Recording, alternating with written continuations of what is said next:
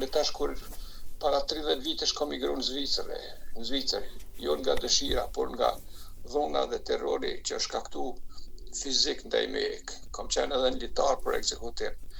Edhe megjithatë jam përkushtu jo politikës, po jam përkushtu profesionit gazetarisë.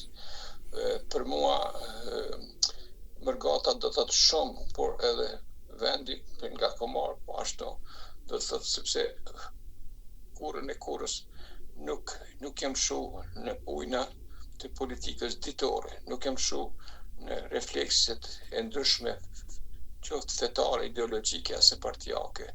Unë mbi të gjitha çmoj, vlerësoj dhe përjetësisht jam besnik profesionit tonë gazetarisë. Prandaj gazetaria është e shenjtë dhe nuk mund të kesh përdorur përmes studiove të ndryshme banale, të cilat sjellin një fjalor torturues, një komunikim absolutisht jo civilizues, sepse lufta që zhvillohet qoftë në Shqipëri ose në Kosovë përmes studiove kur ka të bëjë me tema politike, edhe ajo që ndryshon nga kjo që unë jetoj në Zvicër, që shoh studio, televizionet, radio, gjithë kjo që është këtu në Kosovë, ndryshon prej asaj në Ballkan. Këtu ka një përgjegjësi shumë të madhe dhe nuk dominon tema politike në masë as të madhe.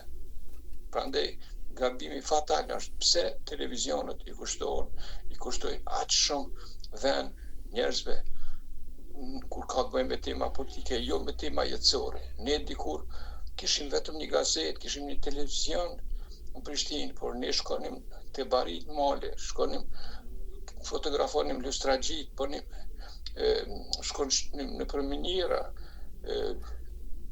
njerëzit që bënin punën, jetën më të vështirë në ara, në tokë, ata i përcjellim.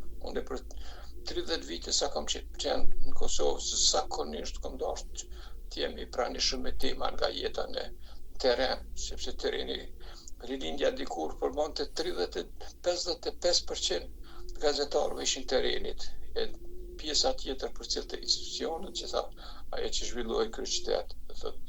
Ne jemi shumë larg nga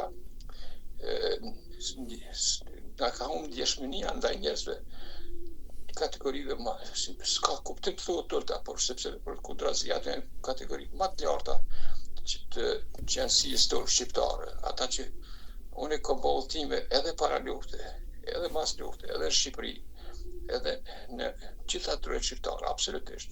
Unë në fillim 15 vite kur kam ardhur në Zvicër i kam kushtuar vetëm Mërgatës, kam bërë një libër voluminoz shqiptarë Zvicër në 1001 pamje. Pastaj kam bërë 10 vite në për të gjitha truhet shqiptare, kam vizitu edhe është e mahnitshme ajo që është truhet Shqipëri, Maqedoni në përvend banimet fshatare. Ajo mikpritje, kudo që shkon e shef se kudo diçka është e veçantë.